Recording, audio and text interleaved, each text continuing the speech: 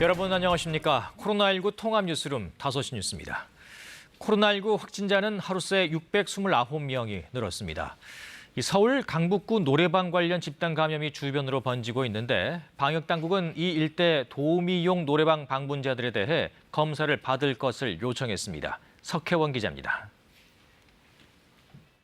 서울 송파구의 실내체육시설에서 집단 감염이 발생했습니다. 지난 18일 해당 시설 종사자 가족이 먼저 확진됐는데 5명이 더 늘어나 지금까지 17명이 감염됐습니다. 운동 시 자세 교정 등의 행위로 밀접한 접촉이 있었던 것으로 파악되었습니다. 또한 확진자 중 일부는 증상 발현 후에도 시설을 이용한 것으로 확인되었습니다. 서울 강북구 일대 노래방에서 발생한 종사자 관련 집단 감염이 수도권 일대까지 번지고 있습니다. 방역당국은 이달 1일부터 26일까지 강북구 일대 도우미 이용 노래방 방문자와 종사자들에 대해 선제 검사를 받아줄 것을 요청했습니다. 5명은 종사자, 그다음에 이용자 셋, 이렇게 해가지고 현재 파악된 확진자 수는 8명입니다. 이들의 주 거주지가 강북구에 한정되어 있지 않다라는 것 때문에 수도권에서는 가족이나 지인, 종교 모임을 통한 일상 속 감염 확산도 이어졌습니다. 인천 남동구에서는 가족과 학교 관련 지금까지 26명이 감염됐고 경기 광주시 육류 가공업체 관련 확진자는 76명으로 늘었습니다. 수도권 지인 모임에서 9명이 추가로 양성 판정을 받으며 누적 확진자는 31명입니다. 유흥시설발 감염도 전국에서 계속되고 있습니다. 대구에서는 4명이 더 추가돼 누적 확진자가 207명으로 늘었고 경남 양산에서는 15명이 더 늘어 지금까지 34명이 감염됐습니다. KBS 뉴스 석혜원입니다. 오늘부터 65세에서 74세의 사전 예약자에 대한 백신 접종이 시작됐습니다. 이 잔여 백신 확인 시스템도 오후부터 시범 운영을 시작했는데 사용자가 몰리면서 카카오톡에서는 일시적으로 오류가 발생하기도 했습니다. 이수민 기자의 보도입니다. 사전 예약을 완료한 65세에서 74세와 만성 중증 호흡기 질환자의 백신 1차 접종이 오늘부터 시작됐습니다. 이들은 아스트라제네카 백신을 전국의 위탁의료기관 12,800여 곳에서 맞게 됩니다. 어제까지 60세에서 74세 전체 예약률은 62.1%였고 70세에서 74세 어르신의 예방접종 예약률은 70%를 넘어섰습니다. 방역당국은 접종 예약이 다음 달 3일까지 가능하다며 대상자들은 접종 순서를 놓치지 말라고 당부했습니다. 가정 내 어르신들이 계신 분들께서는 예방접종 전후 건강 상태를 잘 살피시어 안전하게 접종을 받으실 수 있도록 도와주실 것을 당부드립니다. 오늘 0시 기준 백신 2차 신규 접종자는 65,936명으로 지금까지 201만 2,919명이 접종을 완료했습니다. 이로써 국내에서 2차 접종을 완료한 사람은 전체 인구 대비 3.9%입니다. 1차 접종 누적 인원은 403만 744명으로 전체 인구 대비 7.8%로 나타났습니다. 한편 낮 1시부터는 위탁 의료기관의 잔여 백신을 확인하는 시스템이 시범 운영을 시작했습니다. 네이버나 카카오 앱을 통해 남은 백신이 있는 의료기관을 조회하고 접종 예약을 할 수 있는 겁니다. 그런데 시작하자마자 카카오톡에서 잔여 백신을 검색하면 잔여량을 확인할 수 없는 등 일시적으로 오류가 발생했습니다. 카카오 관계자는 사용자가 몰리면서 잔여 백신 의료기관이 표시돼야 하는 카카오맵이 구현되지 않았다고 설명했습니다. 백신 접종 당일 예약은 선착순으로 진행되고 잔여 백신이 생길 때마다 예약할 수 있습니다. 다만 잔여량만큼 예약이 접수되면 추가 예약은 할 수 없고 같은 날 중복 예약도 안 됩니다. 잔여 백신 조회 시스템은 다음 달 9일부터 정식 운영됩니다. KBS 뉴스 이수민입니다. 부동산 규제 완화 방안을 논의해온 민주당이 재산세 감면 대상을 확대하고 무주택자의 대출 규모를 늘리는 방안을 당론으로 확정해 추진하기로 했습니다. 이 당내 찬반 논란이 컸던 종부세와 양도세 완화 방안은 경론 끝에 보류됐고 추후 논의하기로 했습니다. 노태영 기자입니다.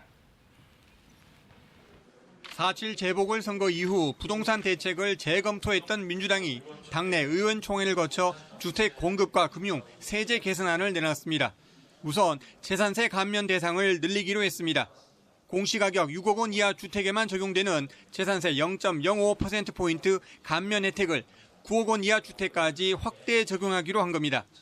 이럴 경우 전국적으로 44만 호, 호당 평균 18만 원 정도의 세금이 줄어들게 된다고 민주당은 설명했습니다. 서민이나 실수요자에 대한 금융 지원도 강화됩니다. 무주택 세대주나 생애 최초 주택 구입자의 경우 LTV 주택담보 인정 비율을 최대 20%포인트 올려주기로 했습니다. 다만 과도한 대출을 막기 위해 최고 9억 원 이하 주택 구입에만 적용하고 대출 한도도 최대 4억 원으로 제한합니다. 주택 매입 임대사업자 제도도 개선합니다.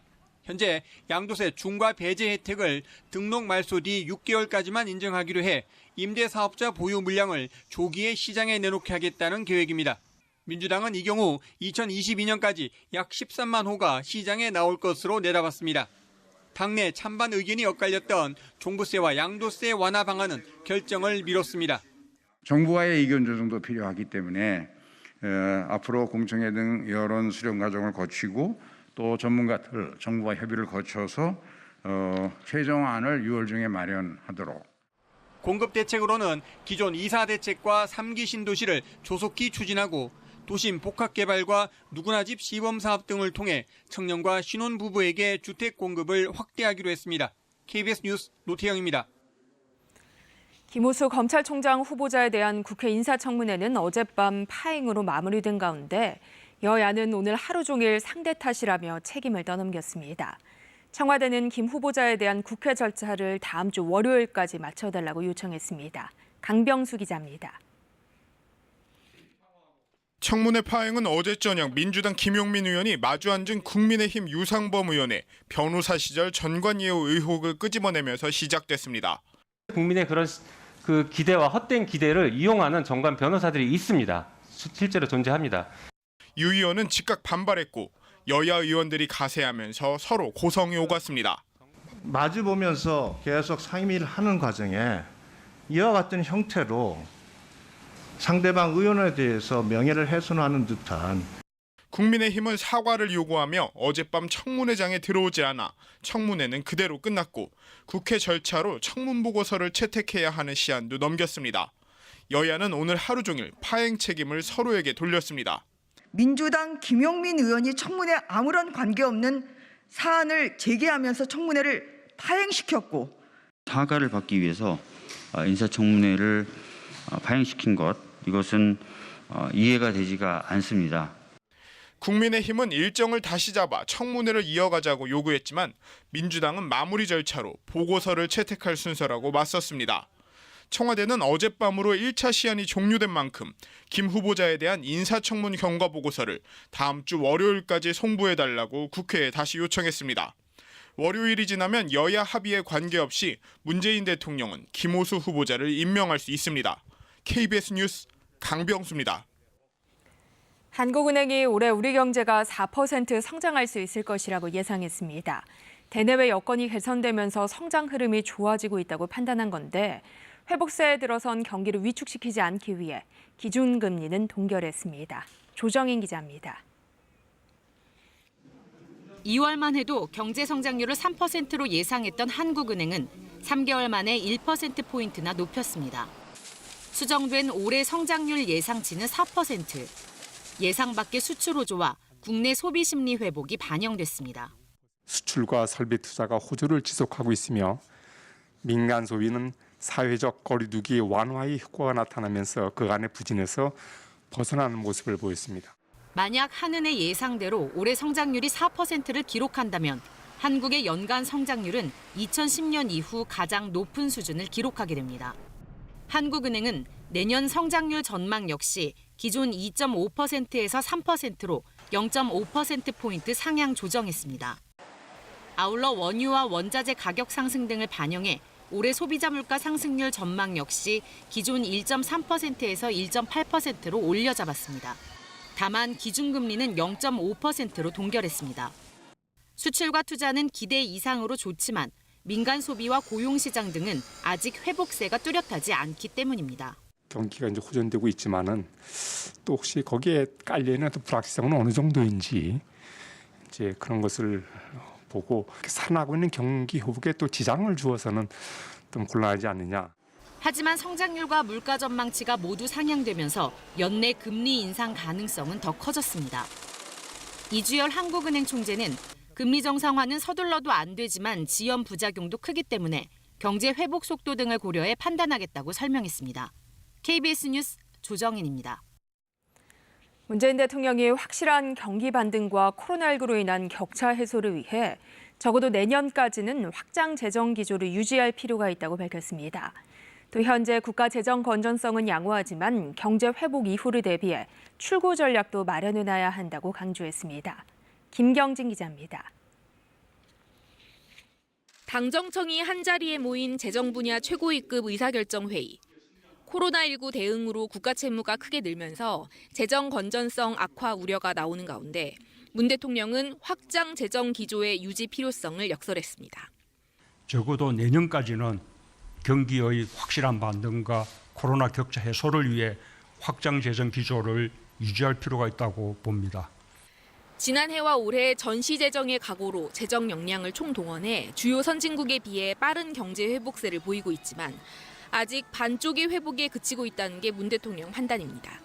특히 산업 영역에 따라 경기 회복이 불균등하고 일자리 양극화도 뚜렷하다고 지적했습니다. 다만 다른 나라에 비하면 우리나라 재정 건전성은 양호한 편이라고 진단했습니다. GDP 대비 국가채무 비율은 코로나19 대응을 위한 추가 경정 예산안 편성 등으로 지난해 처음으로 40%를 넘겼고 올해는 48.2%로 전망됩니다. 최근 위기 대응 과정에서 국가 채무가 빠른 속도로 증가한 것은 사실이지만 다른 나라들에 비해 증가 폭이 낮고 재정 건전성이 양호한 편입니다. 그러면서 우리 경제가 정상 궤도에 복귀한 이후를 대비해 위기에 한시적으로 추진했던 사업들에 대한 출구 전략도 미리 마련해야 한다고 당부했습니다. 정부는 오늘 논의 결과를 토대로 하반기 경제정책 방향과 내년도 예산안 등을 편성할 예정입니다. KBS 뉴스 김경진입니다. 형제복지원 사건 등 진실이 밝혀지지 않은 과거 인권침해 사건들이 우리 사회는 여전히 많이 남아 있습니다. 10여 년 전 1기에 이어 2기 진실화해를 위한 과거사 정리위원회가 이런 사건 328건을 조사하기로 의결하고 본격적인 활동에 들어갔습니다. 공민경 기자입니다. 민간인 학살 등 과거에 일어났던 인권침해 사건을 규명하기 위해 다시 꾸려진 2기 진실화해를 위한 과거사 정리위원회가 본격적인 활동을 시작합니다. 위원회는 오늘 오전 제8차 전체위원회를 열고 조사 개시 결정을 내렸습니다. 1호로 접수한 형제복지원 사건을 포함해 모두 328건의 사건을 조사하기로 의결했습니다. 2기 진실화해인은 1기 활동이 끝난 지 10년 만인 지난해 12월 처음 꾸려져 조사를 위한 준비를 해왔습니다. 위원회는 한국전쟁 전후 시기에 불법적으로 이뤄진 민간인 집단 희생 사건과 권위주의 통치 시절 일어난 인권침해와 조작 의혹 사건을 중점적으로 다룰 계획입니다. 주요 사건으로는 한국전쟁 당시 일어난 울산 국민보도연맹 사건과 전남 화순 지역에서 군경과 적대 세력이 저지른 민간인 희생 사건이 있습니다.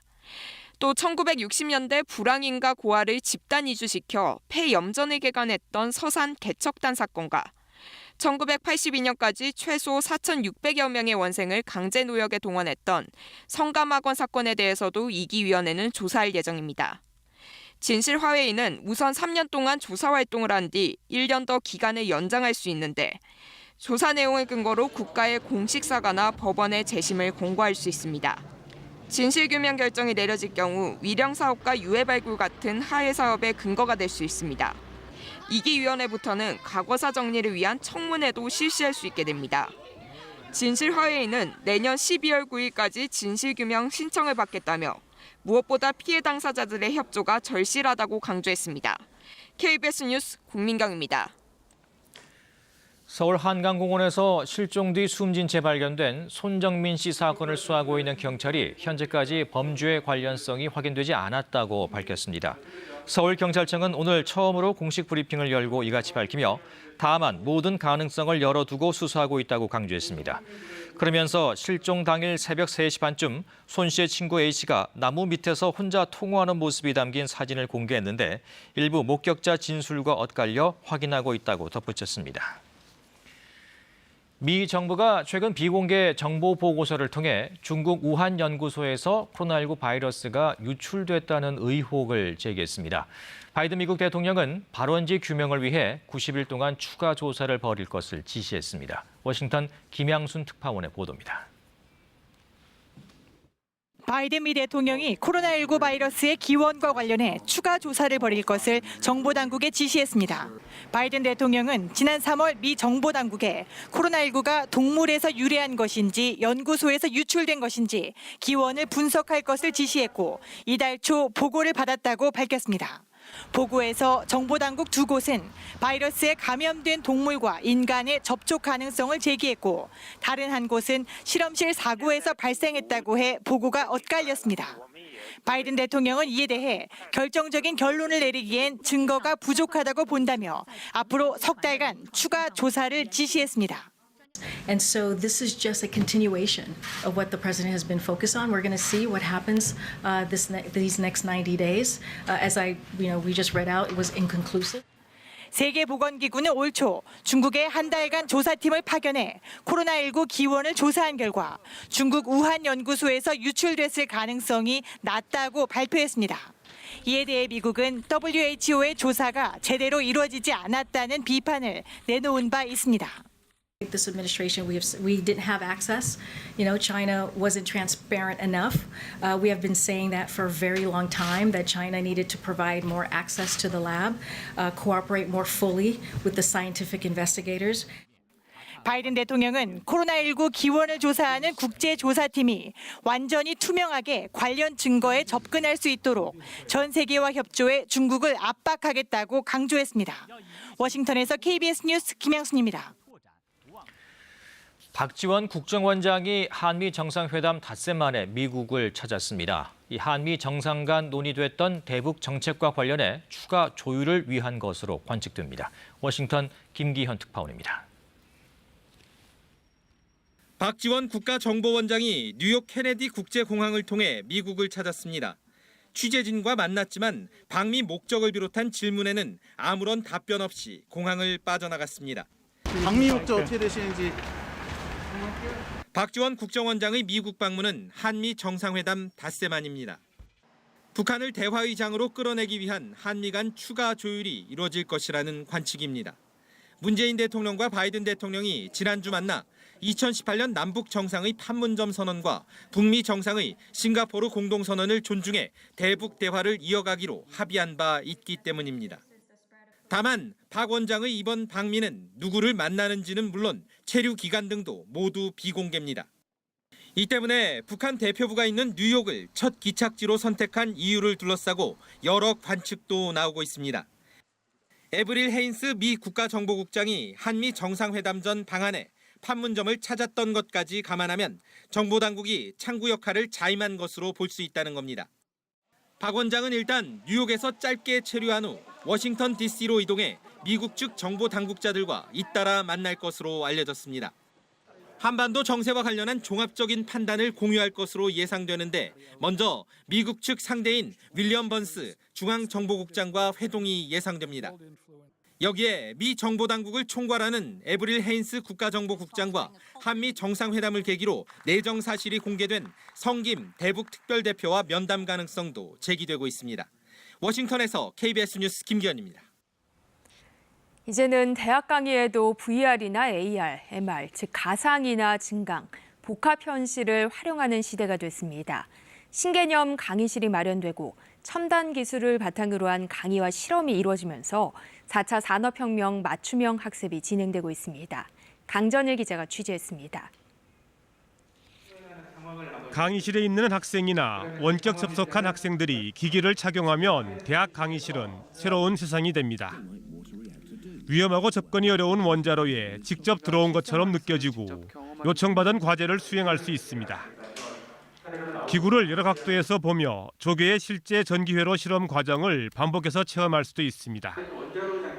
가상과 증강 현실은 물론 혼합 현실까지 활용한 강의 덕분입니다. 어떤 위험한 그 시설이나 구조 아니면은 쉽게 볼 수 없는 미세 구조를 볼 수 있는 것과 같아서 몰입감과 인정감이 들어서 정말 인상 깊었던 것 같습니다.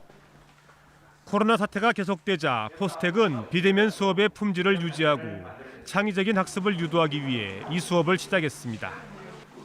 수업을 위해 가상과 증강, 혼합 현실까지 모두 구현할 수 있는 시스템을 갖춘 첨단 강의실을 구축했습니다. 국내 대학 최초로 올해 신입생 320명 모두에게 관련 기기를 제공하면서 실제 수업에 활용하고 있습니다. 시간이라든지 공간에 대한 제약 없이 다양한 강의 콘텐츠를 학생들이 실시간으로 강의 교수와 서로 소통하면서 강의를 들을 수 있는 그런 환경을 할 수가 있겠습니다. 포스텍은 학생들의 반응이 좋을 경우 다른 필수 기본 과목 실험에도 이 수업을 확대하기로 했습니다. KBS 뉴스 강전일입니다. 최근 남양주에서 산책 중이던 여성이 개에 물려 숨지는 사고가 있었죠. 맹견의 입막에 착용은 의무화하고 있지만 이 개는 맹견이 아니었기 때문인데요.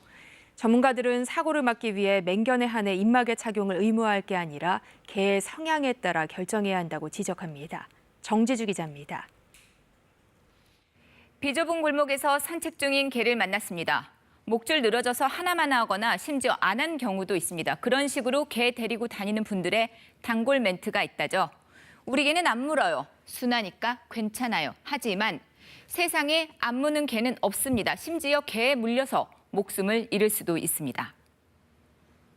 지난 22일 오후 산책 중인 50대 여성이 산으로 올라갑니다. 그리고 다급히 내려오는데 성인 덩치만한 큰 개가 이 여성을 물고 있습니다. 그 사투는 몇 분간 이어졌습니다. 그리고 이 여성 병원으로 옮겨졌지만 결국 숨졌는데요.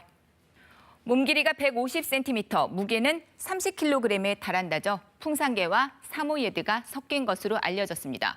인근의 불법 개 사육장 앞에서 잡혔다는데 목줄 흔적도 있어서 이거 주인을 쉽게 찾을 줄 알았는데 아니었습니다. 책임을 물려야 할 견주는 아직도 못 찾고 있다죠. 개 물림 사고 이번만이 아닙니다. 지난해 7월 서울 은평구에서 일어난 일인데요. 로트와일러 친구가 지나가는 반려견을 향해 달려들었고 15초 만에 그 개가 이제 죽게 됐다고 나와 있더라고요. 산책 중이던 작은 개는 죽었고요. 그걸 말리던 작은 개의 주인도 손을 다쳤습니다. 그 1심 판결이 어제 내려졌는데요. 법원은 로트와일러 주인에게 동물보호법 위반 혐의로 벌금 600만 원을 선고했습니다.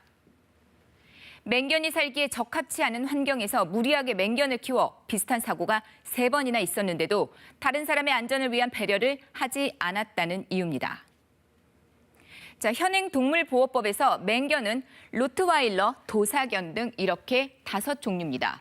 목줄은 일단 기본이고요. 입막에도 착용을 해야 합니다. 이거 위반 시에는 과태료가 부과가 되고요. 그리고 지난 2월부터는 책임보험 가입도 의무화가 됐습니다.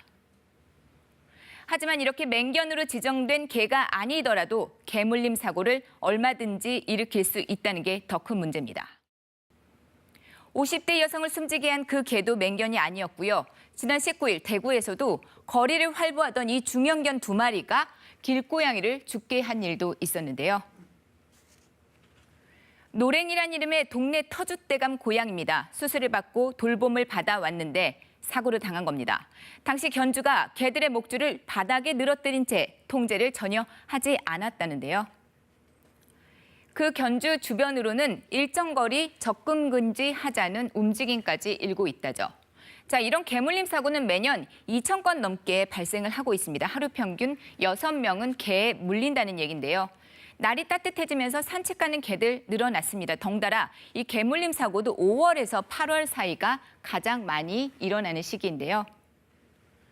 다시 말하지만 개물림 사고, 맹견만 일으키는 게 아닙니다. 하지만 맹견에 한해서 입막의 착용을 의무화하고 있죠. 획일화된 기준을 바꿔야 한다는 목소리가 높아지는 이유입니다. 지나가던 사람이 개 좋아하는 사람이 여기 있는데 잠자는데 어유 강아지가 이쁘다라고 만지는데 물면 어떡해. 그렇죠. 애기들이라면. 맹견이 원래 태어나는 게 아니라 맹견은 만들어지는 거거든요. 전문가들은 기질평가를 통해서 공격성이 있다고 판정이 되면은 맹견이 아니더라도 입마개 착용을 의무화해야 한다고 강조합니다.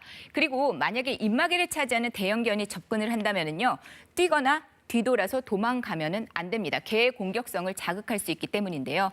제자리에 가만히 서서 눈도 마주치지 말고요. 그냥 지나가기를 기다려야 한다는 게 훈련 전문가들의 당부입니다. KBS 뉴스 정지주입니다. 서울 아파트값이 2주 연속 0.1%대 상승률을 기록했습니다. 한국부동산원은 이달 넷째 주 서울 아파트값이 0.1% 올라 지난주와 같은 상승폭을 보였다고 밝혔습니다. 서울 아파트값은 4월 첫째 주 0.05% 오른 이후 조금씩 상승폭이 커지고 있습니다. 반면 지난주 81주 만에 하락 전환한 세종시는 이번 주에도 아파트값이 0.05% 내려 2주 연속 하락세를 이어갔습니다. 이어서 오늘의 주식 시황을 KB증권에서 전해드립니다. KB증권입니다. 코스피가 등락을 거듭한 끝에 소폭 하락하며 3,160선에 장을 마쳤습니다. 장 초반 저조한 흐름을 보였던 코스닥은 외국인과 기관이 매도에 나서면서 상승 반전에 성공했습니다. 오늘 코스피는 2.92포인트 하락한 3,165.51에 코스닥은 8.02포인트 오른 974.08에 마감됐습니다. 전일 미국 증시는 인플레이션 우려가 완화되면서 하루 만에 반등에 성공했습니다. 혼조세를 보였던 코스피는 개인과 기관이 매수에 나섰지만 외국인이 매도 물량을 내놓으면서 약보합으로 장을 마쳤습니다. LG화학이 자회사의 배터리 리콜 소식에 이틀 연속 저조한 흐름을 보였고 LG는 인적 분할후 첫날이었던 오늘 급락세로 장을 마쳤습니다. 네이버는 차익 실현 매물이 쏟아지며 사흘 만에 약세로 돌아섰습니다. 반면 카카오가 외국인의 매수세에 힘입어 종가 기준 신고가를 기록했고 SK하이닉스가 인텔 낸드 사업 인수 소식에 강세로 마감했습니다. 오늘 원달러 환율은 1원 20전 오른 1,118원 10전에 거래를 마쳤습니다. 지금까지 KB증권이었습니다. 오늘 전국에 비가 내렸는데요. 상층 저기압에서 찬 공기가 유입되면서 내일 또 비가 내리겠습니다. 새벽에 수도권을 시작으로 낮부터는 전국 대부분 지역에 비가 내리겠는데요. 특히 수도권과 충청 북부에서는 출근 시간대, 강원 영서와 그 밖의 충청, 전북 서부 내륙 지역에서는 오전에, 그 밖의 지역에서는 낮 동안 강한 비구름이 쏟아질 것으로 전망되고 있습니다. 이 대기가 불안정해서 비가 내리는 동안 벼락이 치는 곳이 있겠고 돌풍이 부는 곳도 있겠습니다. 곳에 따라서는 최대 2cm 안팎의 굵은 우박이 떨어질 수도 있어서 안전사고에 유의하셔야겠습니다. 내일 밤까지 비가 오락가락하겠습니다. 중부와 전북, 경북에서는 최고 60mm, 그 밖의 지역에서는 5에서 20mm가량의 비가 예상됩니다. 내일 아침 기온입니다. 서울과 청주가 14도 등으로 오늘보다 조금 낮겠습니다. 낮 최고 기온은 서울이 21도, 청주 23도, 광주 24도, 대구 26도 등으로 오늘보다 조금 높겠습니다. 바다의 물결은 전해상에서 높게 일겠습니다. 주말에는 맑은 하늘을 회복하겠고 다음 주에는 기온이 다시 오를 것으로 보입니다. 날씨였습니다. 코로나19 통합 뉴스룸은 7시 뉴스에서 이어집니다. 시청해주신 여러분 고맙습니다.